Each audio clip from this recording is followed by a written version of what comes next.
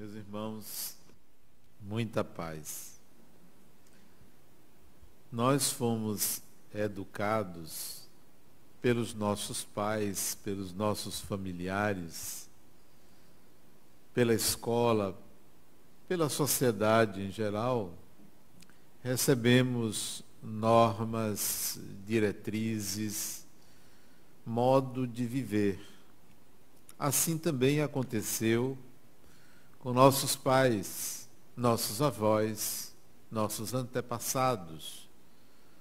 Nós herdamos modos de entendimento da realidade, da vida.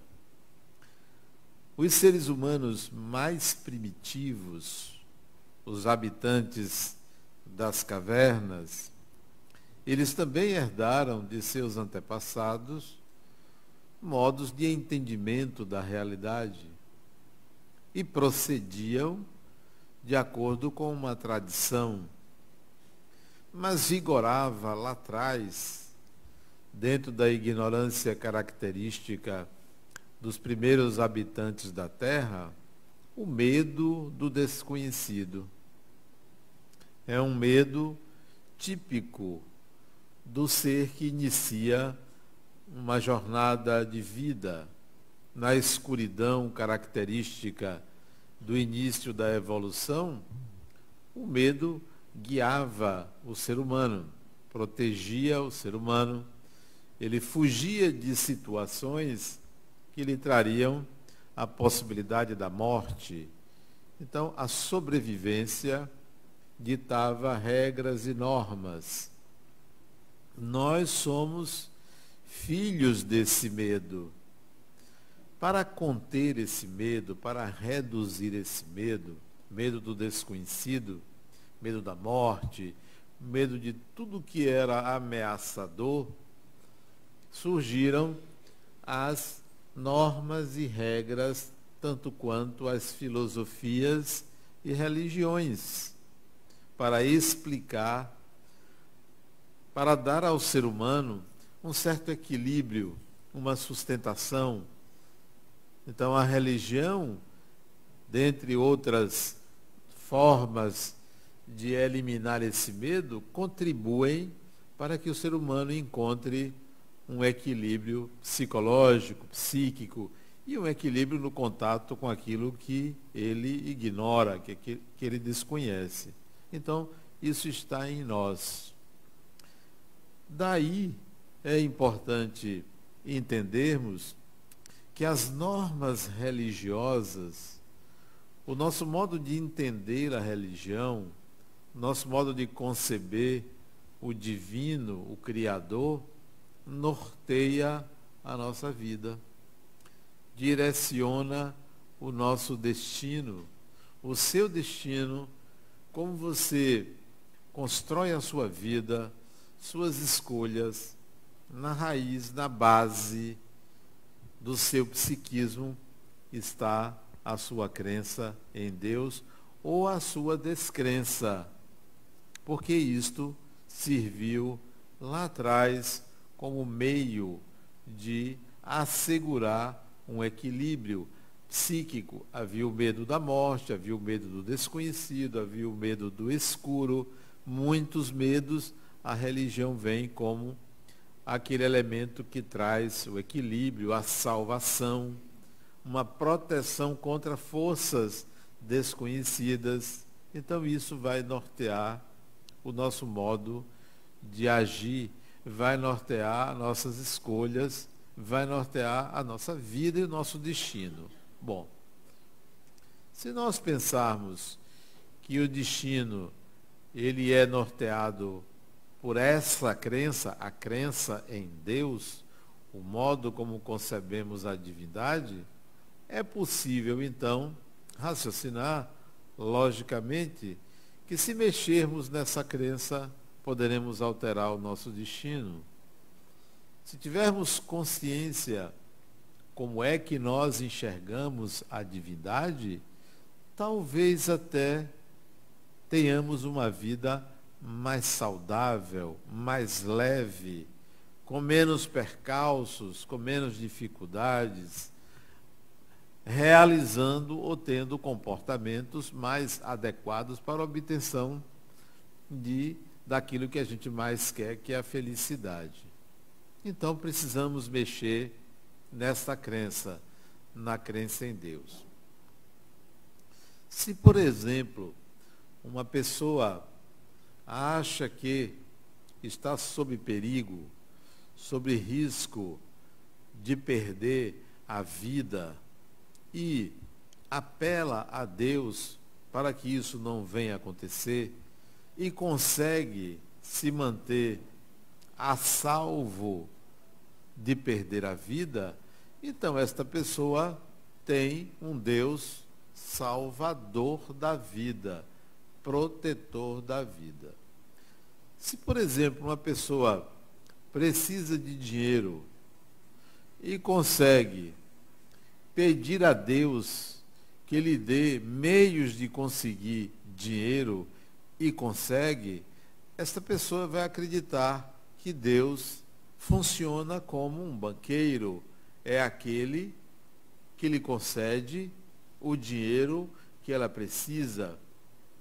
Se uma pessoa tem uma doença física, orgânica, um câncer ou qualquer outra doença e pede a Deus para se curar e obtém esta cura, é claro que o Deus desta pessoa é um curador, é um médico, é algo ou alguém que promove a cura orgânica. E assim sucessivamente. De acordo com o que pedimos e obtemos, nós vamos estabelecer um conceito daquele Deus. E a nossa vida, consequentemente, ela será norteada por essa ideia. Será a ideia mestra da vida, a ideia diretora da vida, a forma como nós concebemos o divino. Mais ainda, se você juntar todas essas concepções e crenças a respeito de Deus e que elas fazem parte da sua crença em Deus, você acredita que Deus é salvador, curador, banqueiro, que Deus lhe protege da violência urbana, lhe protege da inveja. Se você acreditar em tudo isso a respeito de Deus, como será sua vida? Como será o seu destino? Todas as vezes, então, que você souber que alguém inveja você, porque Deus é o protetor contra a inveja, você pede a Deus para afastar o mal olhado, então a inveja é provocada por aquilo que não é Deus. Você vai atribuir a alguém o mal. Você vai dizer que o mal vem daquela pessoa, ou, como muitos acreditam, que o mal vem de uma figura central chamada demônio e tem Deus que lhe protege deste mal.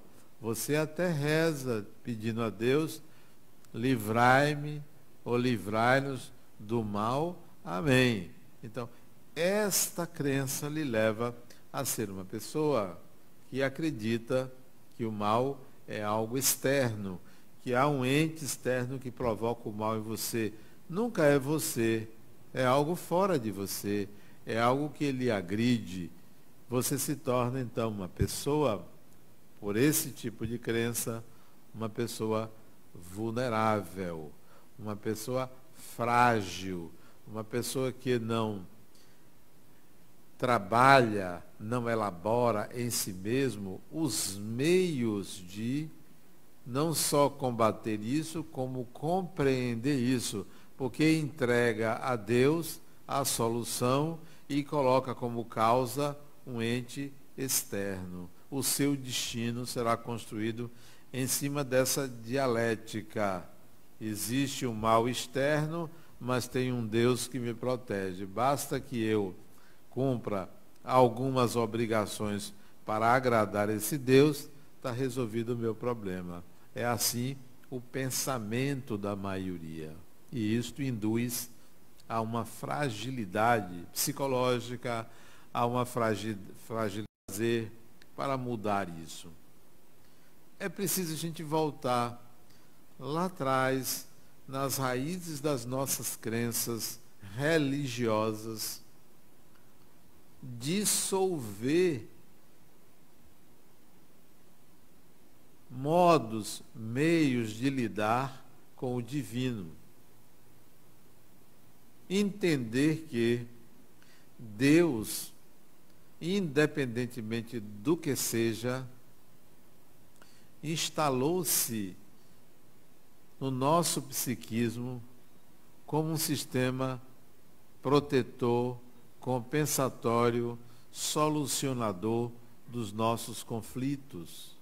E precisamos retirar essa ideia. Porém, o detalhe é que ela é milenar. Milhares de anos foram necessários para implantar essa ideia em nossa mente. Como tirar algo que foi instituído família após família, geração após geração, sociedade após sociedade. Nós aprendemos isso. Então, está na nossa estrutura psíquica esta ideia diretora. Para tirar essa ideia, eu tenho que constantemente considerar que Deus não é isto. Não é isto. Não funciona desta forma. E você pode me perguntar, mas se Deus não é isto, então o que é Deus? Quando eu era pequeno, tinha 6, 7 anos de idade, eu morava numa casa no interior da Bahia, enorme a casa, enorme. Tinha sala, tinha 3 quartos, tinha cozinha, tinha uma varanda no fundo enorme, que tinha uma cozinha externa, sanitário, enorme a casa no interior. 7 anos de idade. Eu saí do interior com 8 anos de idade e vim para Salvador. Lá pelos 30 e poucos anos, eu voltei na casa onde eu nasci. Nessa mesma casa, voltei. A casa já tinha sido vendida, já não pertencia mais à minha família, mas eu fui lá para me lembrar. Bati na porta, uma pessoa veio atender, eu me identifiquei, ela deixou que a gente entrasse na casa. Eu disse que morei ali, que nasci ali. Vocês não imaginam o tamanho da casa. Pequeníssima. Porque era a visão de uma criança. Era pequeníssima a casa, mas pequena mesmo. Tudo pequenininho. Nós éramos pobres. Mas eu achava a casa enorme. E quando eu descrevi para vocês, vocês não imaginaram uma casa muito grande. Pois não era. Era pequena. Era muito pequena. Eu disse, poxa, mas era aqui? E não tinha havido reforma, não. A casa estava quase igual ao que era antes. Apenas eles ampliaram no quintal um apêndicezinho da casa.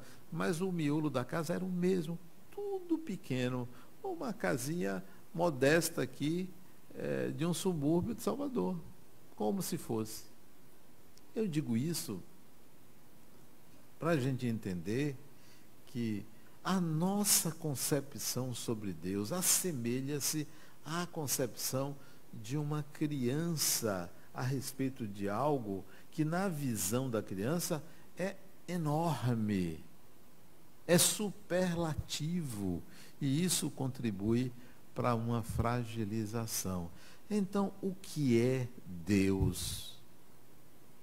Da mesma forma que eu fui lá na casa e constatei que a casa era um cubículo, era minúscula, você vai entender que Deus não tem aqueles atributos concebidos filosoficamente, religiosamente, para conter o medo, humano para conter a morte, a doença, o mal, tudo quanto ameaçava a integridade da pessoa.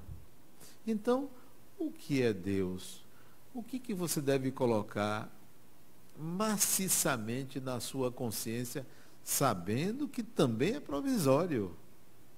Assim como todas essas concepções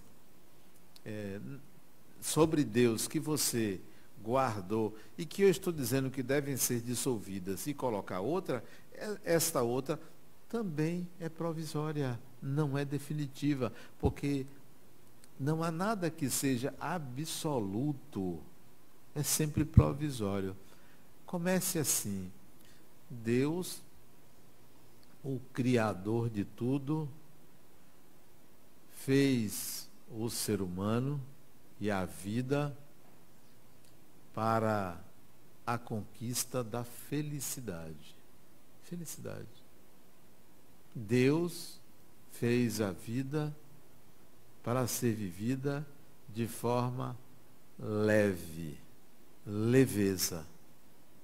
Nada de pesado. Tudo deve ser compreendido dentro de um sistema leve. Aquela ideia de que eu vou ser punido porque eu errei, isto é o Deus antigo. O novo não. Você errou, você não vai ser punido. Por quê? Você tem um filho de 1 ano de idade. Se ele sem querer bate a mãozinha no copo e o copo cai e quebra, você pune seu filho de 1 ano? De jeito nenhum, porque você entende que a criança está ainda consolidando a sua função motora, pode esbarrar num copo e quebrar. Você não vai punir. Nós somos quais crianças na percepção do funcionamento da vida. Então, não somos punidos quando erramos. Nós, por esta crença de que o mal é externo, por essa crença de que Deus é soberanamente justo, todo erro, então, é consertado com uma punição. Essa é a ideia equivocadíssima. Da mesma forma que você acolhe um filho que erra, a divindade também compreende o equívoco humano como resultante da ignorância. Ignorância, que é uma bênção a ignorância. Aliás, é uma coisa ruim você dizer que você já sabe, porque quem já sabe não se desafia. Quem se diz ignorante se desafia. Então, a melhor coisa é dizer: eu não sei, eu estou aprendendo, eu estou conhecendo. Não, saber, não sei, tudo é provisório. Então, retirar essa ideia de que Deus pune o erro, de que nós estamos aqui para pagar. Como assim pagar? É aquela ideia do Deus banqueiro, né? Você tem que pagar. Não, nós não estamos aqui para pagar. Aquela ideia de que uma doença é consequência de um mal feito. Essa é a ideia que vigora em nós. Quantos aqui, quando adoeceu uma vez, não se perguntou o que é que eu fiz para merecer isso? Porque a ideia é que você está sendo punido com a doença, quando deveria entender que a doença é consequência da fragilidade de um corpo que absorve conteúdos psíquicos e adoece naturalmente. Quanto mais você se culpar, mais você vai adoecer por causa da culpa, não porque você fez alguma coisa de errado, de errada. Mas você pode pensar assim: mas Adenauer, quer dizer que as pessoas podem sair por aí fazendo o que quiserem e não vai ter nada? Não tem consequência?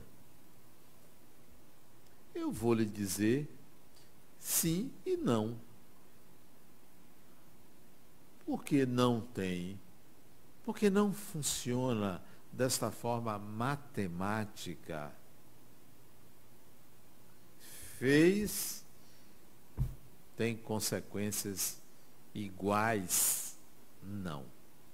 Quando você erra, a consequência do seu erro é a constatação da sua ignorância. Se uma pessoa mata outra, é um erro, né? Mata outra para roubar, matou. Latrocínio. O que é que vai acontecer com esta pessoa que matou quando ela desencarnar? Ela será morta por arma de fogo, se ela matou com arma de fogo? Esse seria o pensamento. Ou então, esta pessoa vai sofrer alguma coisa por conta deste ato? Não. Olha o que acontece. Esta pessoa que matou para roubar, o que de fato ela fez? Esta pessoa não valoriza a vida, óbvio. Esta pessoa quer ganhar sem esforço. Esta pessoa não tem empatia ao sofrimento do outro. Esta pessoa não gosta de trabalhar e suar para receber o salário devido. O que é que acontece com esta pessoa? Só acontece uma coisa: ela vai renascer entre iguais. Sintonia. Semelhante atrai semelhante. E vai renascer com uma predisposição. Qual é a predisposição que esta pessoa vai nascer? Uma predisposição a fazer a mesma coisa, porque é uma tendência. Se não mudou, vai nascer com a predisposição para continuar agindo assim, se nesse intervalo não houve uma mudança. Vai nascer com a predisposição de renascer entre iguais, de ser submetido a algo semelhante, não por consequência causalista, mas por convivência entre iguais. Se não mudar, poderá passar pelo mesmo processo que ele fez aos outros, ou não. É assim que acontece. São predisposições. Nós reencarnamos com inúmeras predisposições para muita coisa. Muitas predisposições. Só que você não precisa passar pela mesma coisa para aprender. Se você pegar 3 pessoas andando numa via pública, isso é fato, 3 mulheres, aconteceu numa cidade do interior da Bahia, e 2 indivíduos renderam essas 3 mulheres e estupraram uma delas. As outras 2 não foram sequer tocadas. Por quê? Predisposição. Só por causa da predisposição. Das 3, as 3 tinham a predisposição para serem assaltadas e foram roubadas. Uma delas tinha uma predisposição a mais, uma predisposição à violência sexual, sem que ela seja a causa disso. Havia uma predisposição.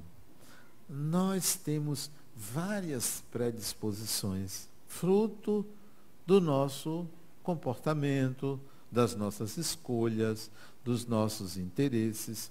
Uma vez eu viajei com um amigo de barco, ele tinha uma lancha muito grande, e enfrentamos uma tempestade. E a lancha,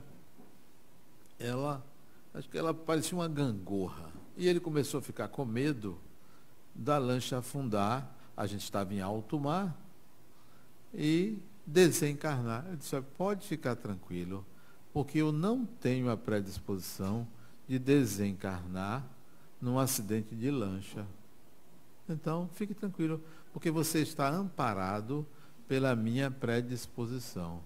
Se eu não estivesse presente e você tivesse a predisposição, é muito provável que você desencarnasse afogado. Mas como eu estou aqui, a lancha não vai virar. Não virou. Predisposição. Esse mesmo indivíduo viajando de avião comigo, ele tinha medo de viajar de avião. Tinha, não tem? Medo que ele ficava segurando a minha mão. Eu disse, fique tranquilo, não vai cair porque eu estou no avião. Eu não tenho a predisposição de desencarnar de acidente aéreo. Quais são as suas predisposições? O mais interessante é que no raciocínio anterior, Deus pune. Causa igual efeito. Não tem como mudar.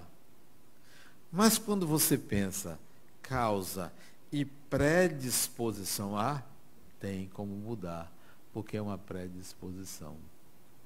Se você renasce com uma predisposição a uma doença, você pode mudar uma predisposição. Já um karma, o raciocínio de karma é não poder mudar. Mas a predisposição você pode mudar. Como mudar as predisposições? Da mesma maneira que você pode mudar o seu conceito de Deus, de que Deus não pune, você pode mudar suas predisposições. Se eu tenho determinadas predisposições, e eu posso imaginar pelo menos uma dúzia delas, pela minha natureza, pelo que eu me conheço, né?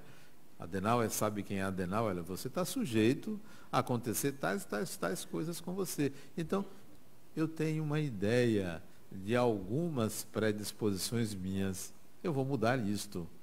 Se eu tenho a predisposição para conviver com pessoas corruptas, se eu tivesse essa predisposição, isto é, se eu fosse corrupto no passado, renasceria entre corruptos, trabalharia entre corruptos, então eu estaria sujeito a me corromper.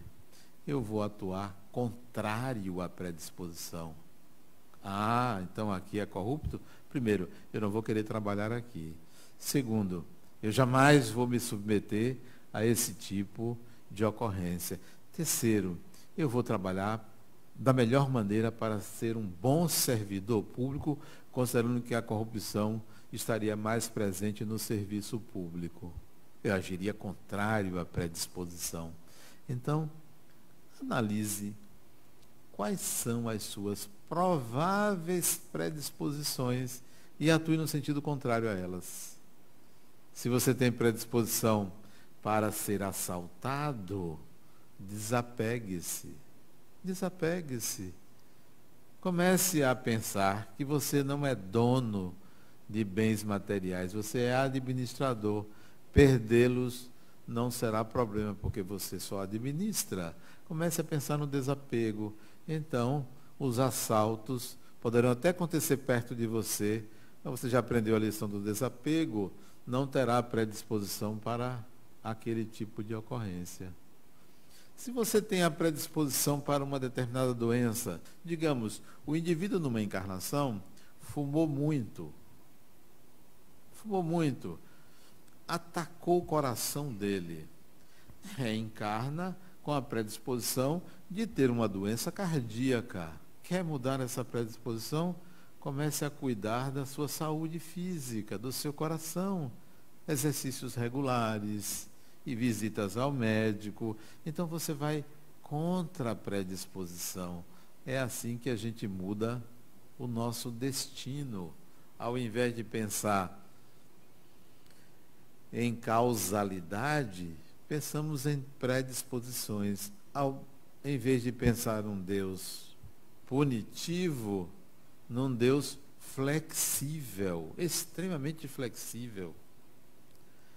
Uma outra ideia sobre mudar o destino, né, é começar a não exigir muito do destino. Vamos imaginar uma pessoa de 30 anos ou menos que queira se casar e ter filhos, constituir uma família. Menos de 30 anos, 20, 25, até um pouquinho mais, deseja isso. Você não sabe se vai acontecer. Você não sabe se vai ter um pretendente ou uma pretendente, ou mesmo tendo, se o seu organismo lhe dará condições de ter um filho biológico. Vamos imaginar. Como é que você deve fazer para mudar o seu destino se ele era a predisposição de não alcançar isto por razões do passado? Quer mudar? Desligue-se da exigência de só viver desta maneira. Aceite de bom grado a possibilidade de ser feliz sem isto. Quando você flexibiliza o destino lhe oferece escolhas. Quando você enrijece o destino, ele só lhe oferece aquilo ou o contrário. Toda rigidez é prejudicial. Então, mude o seu destino, aceitando com que ele possa ser do tipo A, do tipo B, do tipo C, do tipo D, qualquer tipo, porque uma vida é apenas um segundo na evolução, passa rápido. Se não foi daquela maneira que você quis, na próxima, quem sabe, poderá ser diferente. Então, se eu não tive agora, eu quando era garoto, eu queria ser super-homem. Fantasia de criança. Depois eu comecei a perceber que era possível não ser super-homem, mas ser uma pessoa super agradável, super saudável, super feliz. É possível ser super, sem necessariamente você querer ser o super-homem, a super pessoa que você gostaria. É a flexibilidade de ser ou não ser, de ter ou não ter. Que tal começar a pensar que você pode ser feliz tendo, você pode ser feliz não tendo. Você pode ser feliz conquistando, você pode ser feliz não conquistando. Você pode ser feliz tanto preso como solto, tanto saudável como doente. Essa flexibilidade faz com que a vida lhe dê diferentes possibilidades de realização. Mas se você enrijece... Eu me lembro de uma mocinha que me procurou aqui. Ela tinha tentado vestibular para medicina e tinha perdido. E estudava muito. Mas na hora da prova, ela ficava nervosa e não conseguia. Aí eu disse, olha, eu vou lhe ensinar uma coisa que eu fiz com minha filha, que hoje é médica. Minha filha também era assim como você. Sabe o que eu disse a ela? Minha filha, desista, porque você não vai conseguir. Depois de 3 tentativas, você não vai conseguir. Meu pai, eu vou conseguir. Você não vai conseguir. Você sabe por que você não vai conseguir? Porque você não tem um plano B. Você só quer ser médica. Você não vai conseguir. Mas eu só quero ser médica. Então você não vai conseguir. Pense num plano B. Pense que você pode alcançar o sucesso que você deseja com outra profissão, desenvolvendo outra habilidade. Ah, mas eu não quero ser enfermeira. Não precisa ser enfermeira, não. Você pode ser costureira. Você pode ser desenhista, pode ser pintora, você pode ser um bocado de coisa. Flexibilize. E ela prometeu pensar e passou. Hoje minha filha é médica, já está formada. Eu disse, mocinha, faça isso, flexibilize, vá. A partir de hoje. Mas eu vou fazer a prova amanhã. Você não vai passar. Hoje, então, flexibilize. O que, é que você poderia ser? Arquiteto. Então, pronto. Pense que você faça a prova sabendo que se você não passar, você vai ser arquiteta. Eu disse, é mesmo, faça. Aí ela veio me dar a notícia, semanas depois, eu passei naquele dia, tá vendo? Flexibilizou. É a vida, funciona assim. Não, mas eu vim lhe agradecer. Não sou eu, é a vida funciona assim. Quando a gente flexibiliza, a vida oferece um leque de possibilidades. Quando a gente enrijece, ela diz, não, você está enrijecido? Então é assim que funciona, enrijecidamente. Ou você flexibiliza, ou você não vai ter escolhas. E nós precisamos ter flexibilidade, porque Deus é flexível. Nós criamos, o Deus antigo, ele é duro. Ele é duro, o antigo é duro, chato, um carrasco. O moderno é flexível. Ele chega assim para mim e diz, Adenauer, vá tocando, vá tocando. Mas eu estou assim, vá tocando, não se preocupe não, eu dou um jeito aqui. Assim. Mas nós criamos um Deus extremamente complexo, cheio de regras e normas. Tudo isso funciona dentro de nós. Tudo isso funciona em nossa mente. A maioria das pessoas não lida com Deus. A maioria das pessoas lida com a ideia que faz de Deus. E essa ideia é que é o problema. Para você lidar com Deus e não com a ideia de Deus, é preciso que você fique nu, como disse o poeta. Se destitua de uma série de crenças, de atavismos, de condicionamentos, de ideias tão preconcebidas e arcaicas que aprisionam. A prisão não é estar num corpo físico. A maior prisão para o espírito é estar envolvidos com ideias envolvidas pelo medo, com ideias que não libertam a consciência para a percepção de algo muito mais brando, muito mais suave. Muito mais suave. Eu me lembro que uma vez eu fui assaltado, foi uma excelente experiência. Assaltado. Eu andando na rua, isso tem alguns anos, acho que uns 10 anos, andando na rua, minha pasta, meu celular, aí o sujeito apontou uma arma para mim, 2. Me deu o celular. Eu dei o celular aí. 2 armas. Cada arma deste tamanho assim.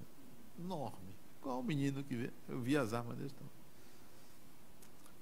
Aí disse, me dê a pasta. Eu disse, não, a pasta não dou não. E dei as costas e fui embora. Reação instintiva, não programada. Vocês receberam tiro? Eu não. Também não. Reação instintiva. Predisposição. Simples predisposição. Tinha para perder determinado objeto, não para outro. Interessante, né? Não para receber um tiro. Por isso que não existe bala perdida. Tem o nome da pessoa na bala. Ela vai procurar. Onde é que está fulano? Ali acha, onde você estiver. É a bala achada. Não tem bala perdida. Nós precisamos entender que a vida funciona de um modo diferente. O que quer que venha para a sua vida, ou o que quer que venha para a minha vida, de bom ou de ruim, será bem-vindo. Será bem-vindo. Tudo, qualquer coisa. Tragédia, desastre, perdas, tudo será bem-vindo. Porque eu vou entender que é a vida me educando, me ensinando, me proporcionando um diálogo, um entendimento. Daí, encarar a vida de forma mais suave. Uma vez, tem acho que uns 15 anos, eu fui fazer umas palestras na Suíça, Alemanha e Suíça. E fiquei hospedado uma vez numa cidade da Suíça chamada Genebra. E a pessoa me colocou num porão da casa dela. O porão era um apartamento. Grande apartamento. Gostei de ficar ali. Ela morava numa casa de 3 pavimentos. 2, um no nível da rua, um primeiro andar e um porão. Eu fiquei no porão. Mas o porão, a parte de trás da casa, dava para uma rua mais baixa. Então, era só um porão para frente. Para o fundo, era quase um primeiro andar. Fiquei ali 2 dias. No primeiro dia, eu não consegui dormir. O porão estava cheio de gente. Muitos espíritos desencarnados moravam ali. Perturbados. Eu merecia, né? Merecia. Gente que não acabava mais. Tudo perturbado. Eu cochilava aqueles vultos ali. Gente, deixa eu dormir. Vai dar um passeio, vai para outro lugar, deixa eu dormir. Não tinha reza certa. Eu passei a noite quase toda em claro. De manhã, lá pelas 8 e pouco, café da manhã, eu aí cheguei para a dona da casa, estava ela, o marido e eu. E aí Adenauer dormiu bem, pessimamente. Olha, aquele quarto lá embaixo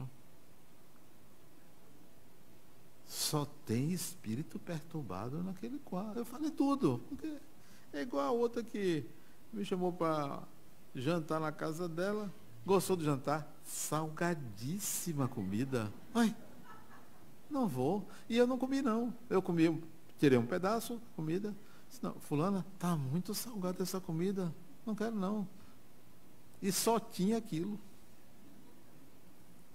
Frita um ovo aí para mim, que eu como. Mas essa comida eu não vou comer, não. E não estava sozinho, não. Tinha muita gente. Ninguém falou nada. Olha se eu ia ficar comendo aquele negócio salgado para agradar os outros.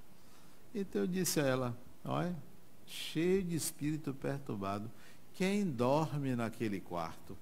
Aí ela disse, minha filha, ela está internada, ela psicotizou, ela surtou. Aí é que eu vim saber que o quarto era a morada da filha dela, que estava internada lá, num sanatório lá na Suíça. Eu disse, rapaz, não dá para mudar de quarto, não. Teve que mudar de quarto. Na noite seguinte, ela me botou no quarto, no térreo, porque não dava para dormir lá. Muito perturbado. Predisposição, porque se eu não tivesse a predisposição para lidar com entidades perturbadas, eu teria um sono tranquilo, nem sentiria. É assim que acontece, são as nossas predisposições. Para finalizar recentemente, hoje a coisa é diferente. Há cerca de 3 semanas atrás, eu estava cansado, era de tarde, tinha uma folga no meu consultório, eu resolvi tirar um cochilo. Deitei no sofá e saí do corpo, consciente, totalmente consciente. E disse, poxa, tomara que eu encontre um espírito aqui para a gente conversar. Saí na recepção do meu consultório e tinha uma jovem desencarnada, né? Magrinha, morena, cerca de seus 28, 30 anos, sorriu para mim. Eu digo, coisa boa, né? Estou sorrindo para mim. E aí eu me dirigi a ela, porque eu não a conhecia. Ela pegou no meu braço esquerdo e disse, eu vou te mostrar uma coisa. E me trouxe para uma região aqui perto de Lauro de Freitas, me levou numa cozinha e numa lavanderia, no mundo espiritual. Uma cozinha enorme e uma lavanderia. E disse assim para mim, está vendo aí? Isto é um trabalho que você vai desenvolver no futuro. Ele já está aqui em andamento. No caminho, eu tinha dito a ela, você é muito bonita.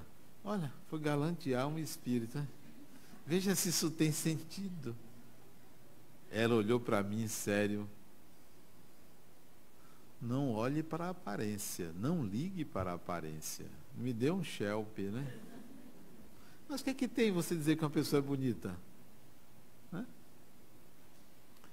E aí depois me trouxe de volta, eu acordei. Então hoje a predisposição é para com outro tipo de contato, não apenas aqueles perturbados lá que eu encontrei naquele quarto lá, e outros episódios semelhantes. Então, o que eu quero dizer com isso?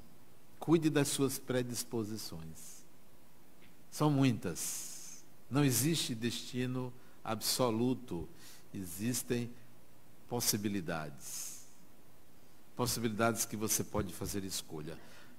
Mas se você não sabe escolher, não sabe modificar essas possibilidades, essas predisposições, tudo que vier, aceite. Aceite tranquilamente.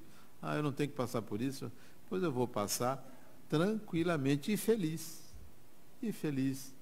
Você não está me roubando? Problema não. Assim como Deus me deu dinheiro, saúde, trabalho para ganhar esse dinheiro, eu vou ganhar outro e vou obter da mesma forma. Porque a dívida mora com o devedor, não com o credor. A nossa dívida é a que nós fazemos conosco mesmo, não é a que fazemos com o outro. A dívida sempre mora com o devedor. Suas predisposições podem lhe levar a vários tipos de experiências. Aceite elas de bom grado. A vida não está me dando isso. Eu vou tentar mudar. Mas o que eu não puder mudar, eu vou viver feliz com aquilo, mesmo com dificuldades, mesmo com sacrifício. Eu vou enfrentar os desafios da vida. Era isso que eu tinha a falar para vocês hoje. Muita paz.